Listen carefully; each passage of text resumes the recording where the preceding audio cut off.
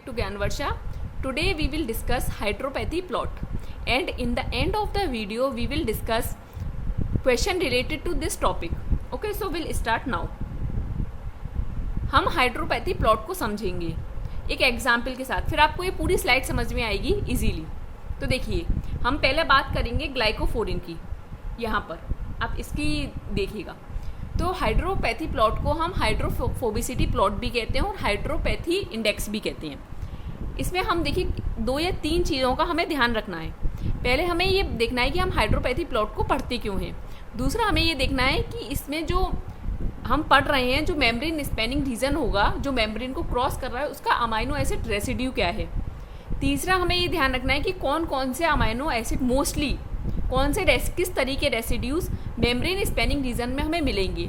और चौथा हमें ये ध्यान रखना है कि हमें इसे कैसे डिटरमाइन करेंगे हाइड्रोपैथी प्लॉट से, कि कहाँ से कहाँ तक का जो रीज़न है वो मेम्ब्रेन स्पैनिंग रीजन है. ठीक है, तो हम पहले बात करते हैं कि हम हाइड्रोपैथी प्लॉट पढ़ क्यों रहे हैं. देखिए, हाइड्रोपैथी प्लॉट हम इसीलिए पढ़ रहे हैं कि हमें ये डिटरमाइन करना है कि कहाँ कौन सा रीज़न हाइड्रोफोबिक है और कौन सा रीज़न हाइड्रोफिलिक सेगमेंट है. ठीक है, अगर हमारे पास कोई प्रोटीन है, सपोज ये लिपिड बाइलेयर दे रखी है, इसमें अगर सपोज ये प्रोटीन है हमारा इंटीग्रल मेम्ब्रेन प्रोटीन, तो ये जो बीच में रीज़न है ये हाइड्रोफोबिक है और ये जो रीज़न है ये हाइड्रोफिलिक है. तो कौन सा रीज़न हाइड्रोफोबिक है, कौन सा रीज़न हाइड्रोफिलिक है, ये हमें डिटरमाइन करने के लिए हम हाइड्रोपैथी प्लॉट को पढ़ते हैं. ठीक है.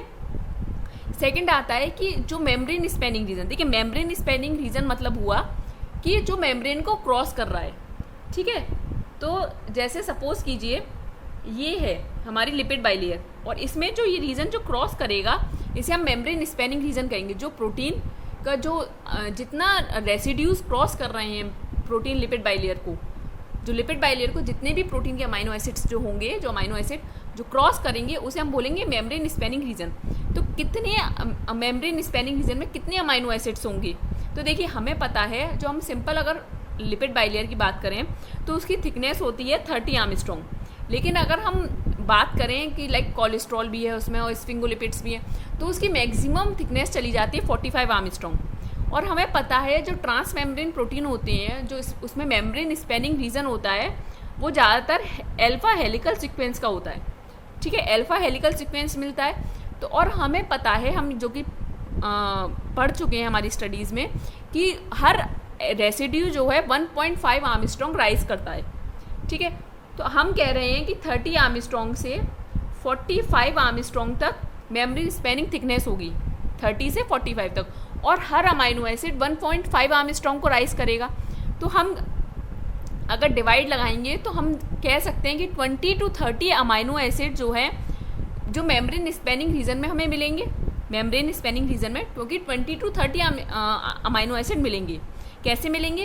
क्योंकि 30 आर्मस्ट्रॉन्ग से 45 आर्मस्ट्रॉन्ग तक हमारी मेम्ब्रेन की जो थिकनेस होती है लिपिड बाइलेयर की, ये लिपिड बाइलेयर है, इसकी थिकनेस हमें 30 to 45 आर्मस्ट्रॉन्ग थी.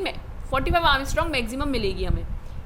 और अगर हर amino acid alpha helical sequence में 1.5 आर्मस्ट्रॉन्ग राइज करता है, अगर हम डिवाइड करेंगे तो हमें अप्रॉक्स 20 to 30 अमाइनो एसिड मिल जाएंगे.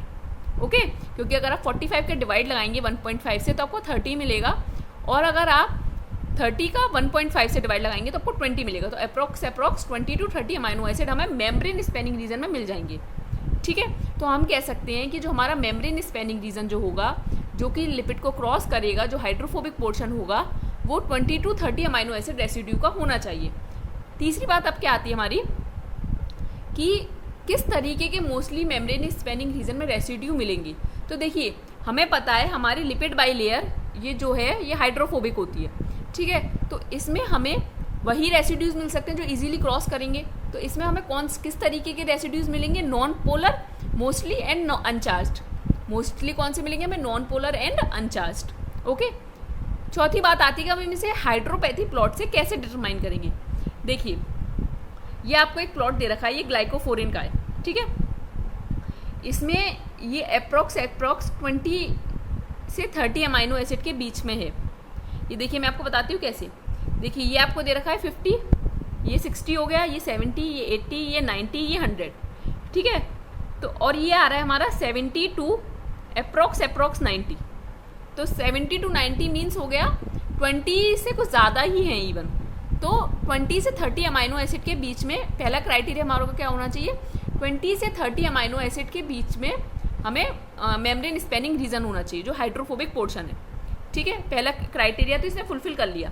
दूसरा क्राइटेरिया क्या होना चाहिए कि जो अमाइनो एसिड सीक्वेंस है वो हमें हाइड्रोपैथी प्लॉट से डिटरमाइन करना है। तो देखिए आप कैसे डिटरमाइन करेंगे, आप क्या कीजिए, अमाइनो एसिड्स को लीजिए और उसे डिसॉल्व कर दीजिए वाटर में। जब आप उसे वाटर में डिसॉल्व करेंगे तो आपको फ्री एनर्जी चेंज मिलेगा।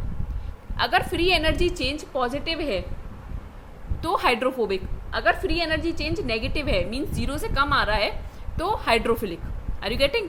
आप क्या कीजिए, अमाइनो एसिड्स की जो आपकी प्रोटीन है उस अमाइनो एसिड्स को आपको डिसॉल्व कर दीजिए वाटर में। जब आप वाटर में डिसॉल्व करेंगे तो फ्री एनर्जी चेंज मिलेगा। जो फ्री एनर्जी चेंज मिलेगा, आप कह सकते हैं डेल्टा जी ऑफ ट्रांसफर मिलेगा या डेल्टा जी ऑफ सॉल्वेशन मिलेगा। तो उसमें जो पॉजिटिव वैल्यू आएगी वो इंडिकेट करेगी कि रीजन हाइड्रोफोबिक है। जो नेगेटिव वैल्यू आएगी वो ये इंडिकेट करेगी कि वो हाइड्रोफिलिक है।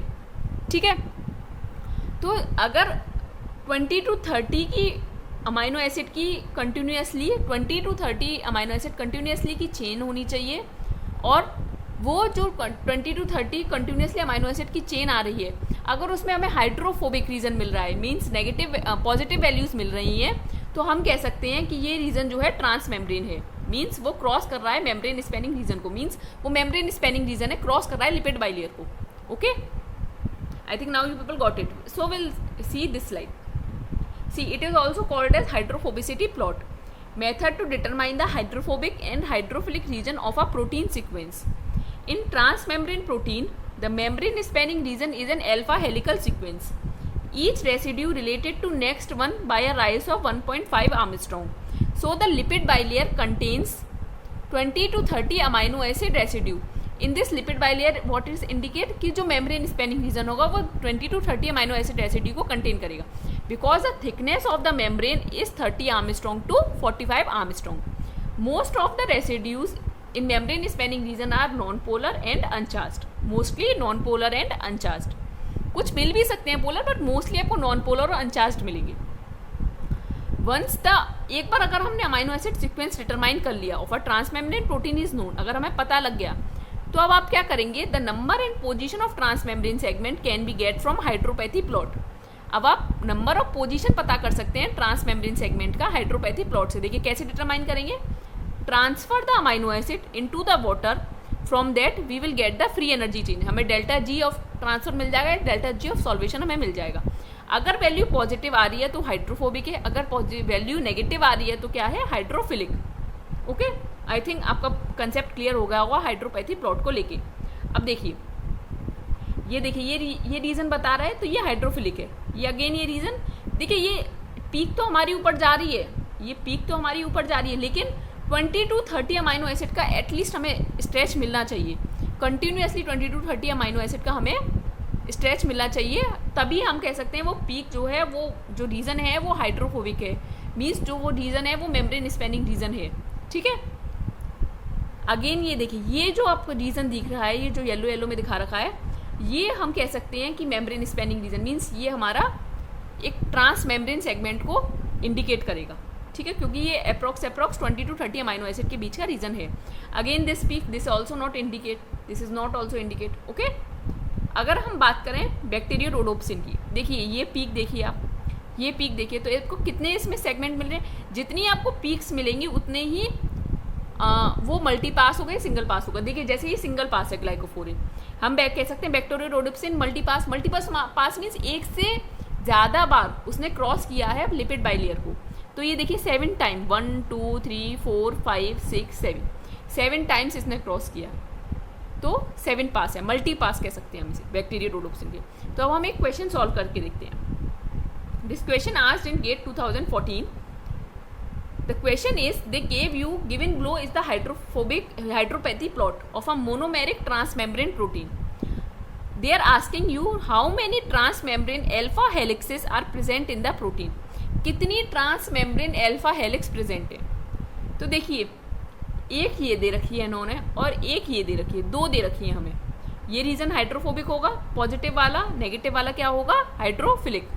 ओके, तो देखिए लेकिन ये जो दे रखा है हमें ये विंडो जो है 20 to 40 की है, तो it means 20 amino acid residue, ये तो फेवरेबल है ट्रांसमेम्ब्रेन सेगमेंट के लिए। लेकिन अगर आप इस वाले विंडो को देखें तो इसमें 60 to 80 तो टोटल है, जिसमें से 5 से 6 अमाइनो एसिड ज़्यादा से ज़्यादा वो होंगे हाइड्रोफोबिक। तो हम इसे नहीं कह सकते हैं। क्यों? क्योंकि हमने क्या देखा कि 20 to 30 अमाइनो एसिड रेसिड्यू होने चाहिए। एक ट्रांसमेम्ब्रेन सेगमेंट को कहने के लिए 20 to 30 अमाइनो एसिड की कंटिन्यूस स्ट्रेच होना चाहिए, एज वेल एज वो हाइड्रोफोबिसिटी शो करनी चाहिए, मीन्स वो पॉजिटिव रीजन में आने चाहिए। ठीक है, ये पॉजिटिव में तो आ रहे हैं, लेकिन 20 to 30 अमाइनो एसिड रेसिड्यू का इसके अंदर स्ट्रेच नहीं है। So will see that only one is the answer correct. Correct answer is A, only one transmembrane helix are present in this protein. Are you getting? I hope you'll all like this video. For material visit, go for Gyan Varsha Telegram channel. I will upload this PDF on the Gyan Varsha Telegram channel. And if you have any doubt, either comment me or mail me on the gyanvarshaquery@gmail.com. Thank you.